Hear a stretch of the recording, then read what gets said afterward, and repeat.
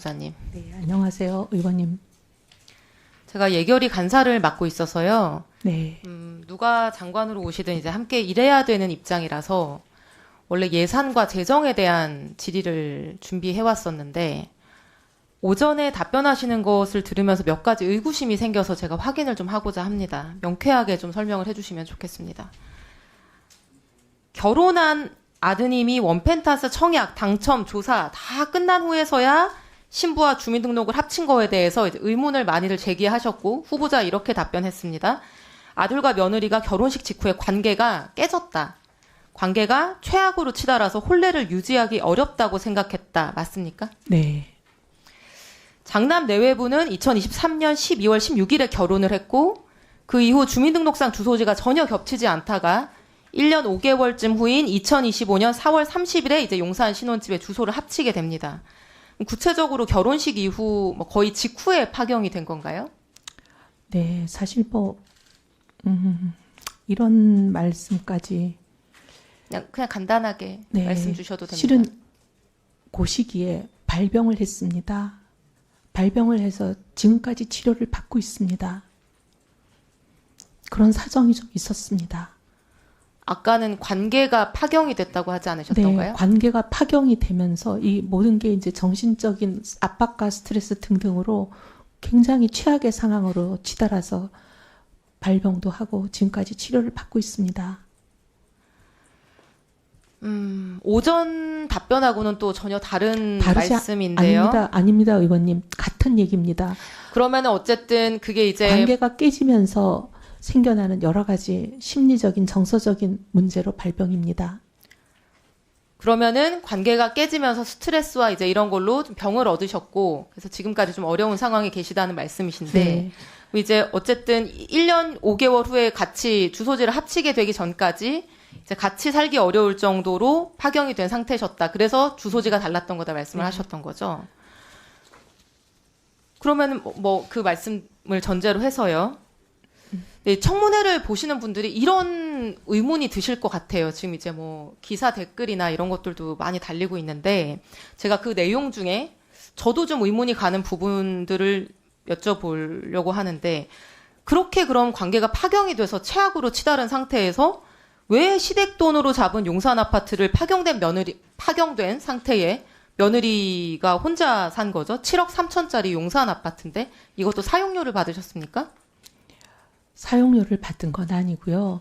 돈을 이제 빌려줘서 각자 서로 분담을 해서 구한 아파트고 대출금의 일부는 갚고 아직 일부는 못 갚은 채로 남아있는 상황입니다.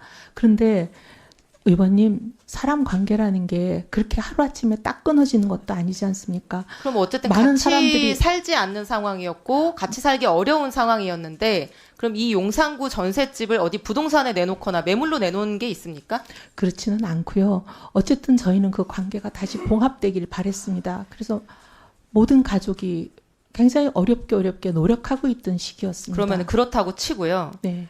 그런 어려운 관계 속에 있는 상황에서 후보자 가족이 2달 동안의 임시 거처가 필요해집니다. 그러면 재산이 아들 3분까지 한 178억 정도 되시는 것 같은데 이렇게 재산도 여유가 있는 상황이기 때문에 다른 아파트 단기 임차를 할 수도 있고 요즘 이주할 때는 에어비앤비 단기 임대를 하기도 합니다. 보니까.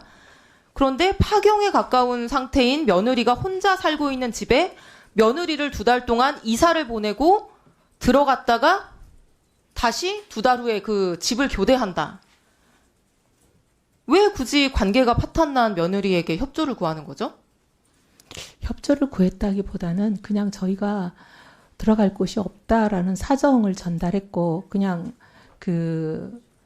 어떻게 보면 남편과 며느님은 도곡 렉슬에 이사를 2달 동안 2번을 한 거거든요. 갔다가 왔다가. 근데 의원님, 이사가 별로 이렇게 집기나 살림살이가 없기 때문에 근데 지금 이제 말씀하시는 것과 부합되는 어떤 자료는 전혀 제출되지 않은 상황이어서 아니요, 후보자님의 말씀만 듣고 지금 그러려니 이제 해야 되는 상황이거든요. 아닙니다. 다음 질문 전세 드려보겠습니다. 이사 업체와의 계약서를 제출을 했습니다. 의원님께도 드리겠습니다.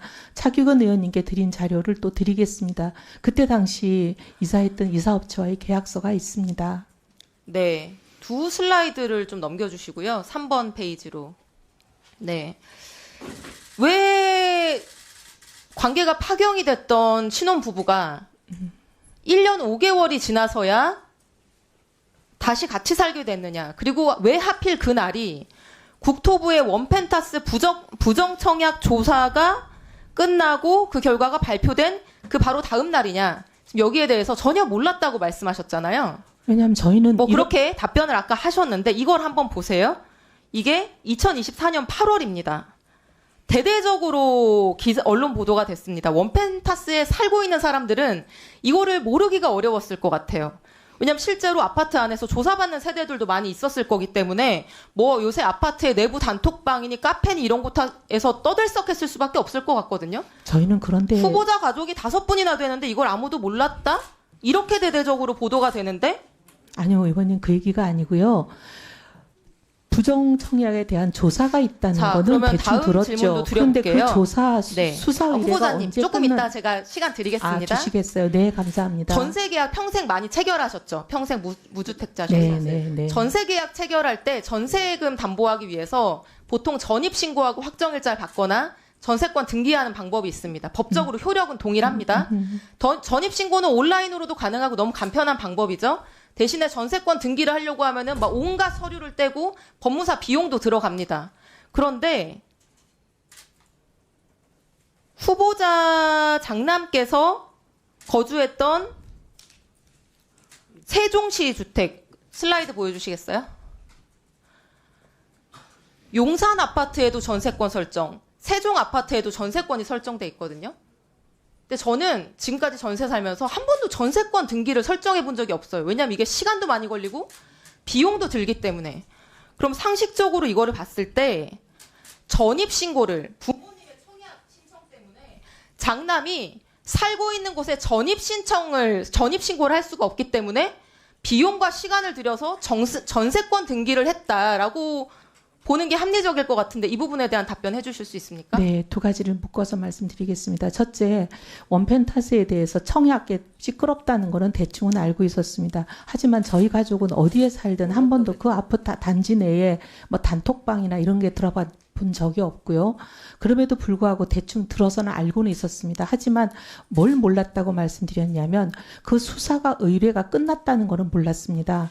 지금 말씀하신 거는 장남이 반포집에서 용산집으로 세대 분리를 해서 나간 시점이 왜 하필이면 조사가 끝난 날이냐 그 말씀이시잖아요. 그 조사가 끝났는지에 대해서 후보자는 전세권 등기 문제에 대해서 지금 아직 답변 전이신데 그거 할 거예요. 후보자는 본인이 전입신고해서 사는 아파트에 대해서 지금까지 전세권 등기를 설정해 본 적이 없어요.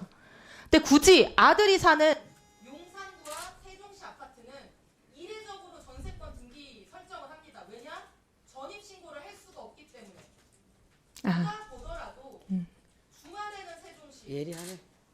평일에는 용산에 살 수밖에 없는 후보자의 아드님이 이 원펜타스 청약과 당첨과 조사를 위해서 서초구에 가족들과 함께 주소를 함께 둬야 되기 때문에 나머지 두 개의 아파트에는 이례적으로 전세권 등기를 설정한 거 아닙니까?